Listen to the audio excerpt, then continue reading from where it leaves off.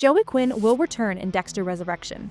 Considering his seasons-long relationship with Debra, her passing may have caused him to step away from his role as detective. If this turns out to be the case, Dexter Resurrection would provide the perfect opportunity for Quinn to return to the Force. Erik and Jennifer Carpenter will return in Dexter Resurrection as ghosts of Dexter's past. Throughout the series, Dexter is quote-unquote haunted by individuals from his past. Both James Doakes and Dexter's sister, Debra, are either indirectly or directly killed by Dexter, meaning that it makes sense for the pair to return in future sequels. While the return of Doakes and Debra will prove to be an exciting part of Resurrection, their appearance may also change the direction of the story completely.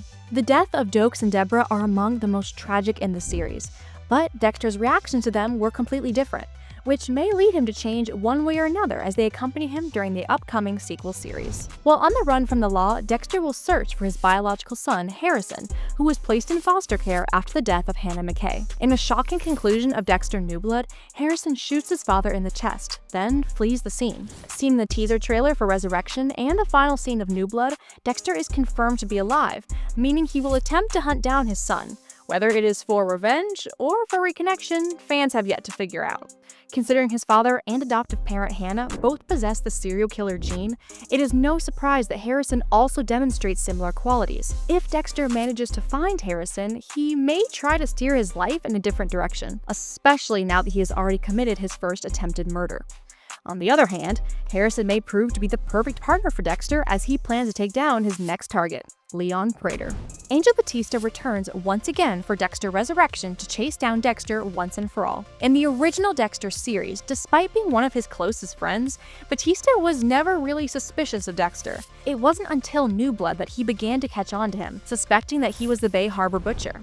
Dexter Morgan is alive.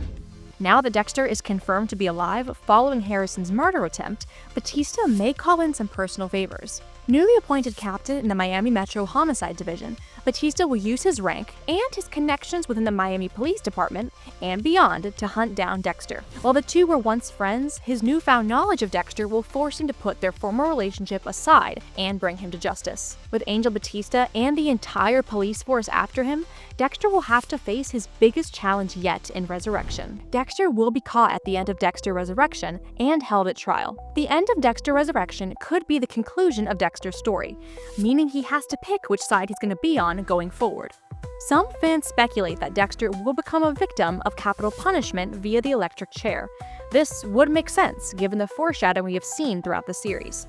However, there is one more path that Dexter will have the opportunity to take in order to save himself once and for all. Dexter will go to trial, but he will have the opportunity to join the police force as a homicide detective. Despite Dexter's occasionally questionable methods, his ultimate goal is to hunt down serial killers. I search for the ones who think they beat the system. They're not hard to find. And his brilliance in doing so may just provide him a way out of his current lifestyle. Finally switching sides and joining the Force would be the perfect ending for Dexter. However, while it could easily conclude his story, Dexter's life as a detective may also serve as the plotline for an additional sequel series in the future. Dexter will take down his most prestigious serial killer yet. While only bits and pieces of information about his character have been revealed, Peter Dinklage has officially been cast in Dexter Resurrection as the billionaire venture capitalist Prater. It has not been confirmed that Prater is the series' official big bad, but fans seem to be convinced that he will prove to be Dexter's biggest enemy yet, especially considering the roles Dinklage has typically been drawn to in the past. Prater's character is slated to have an intriguing dark side to him. Could it be that he has earned his fortune from taking out those who stand in his way? If so, he could very well be Dexter's next target. However, taking him down will not prove to be an easy feat, as Thurman is set to play Charlie, a former special ops officer and Prater's head of security.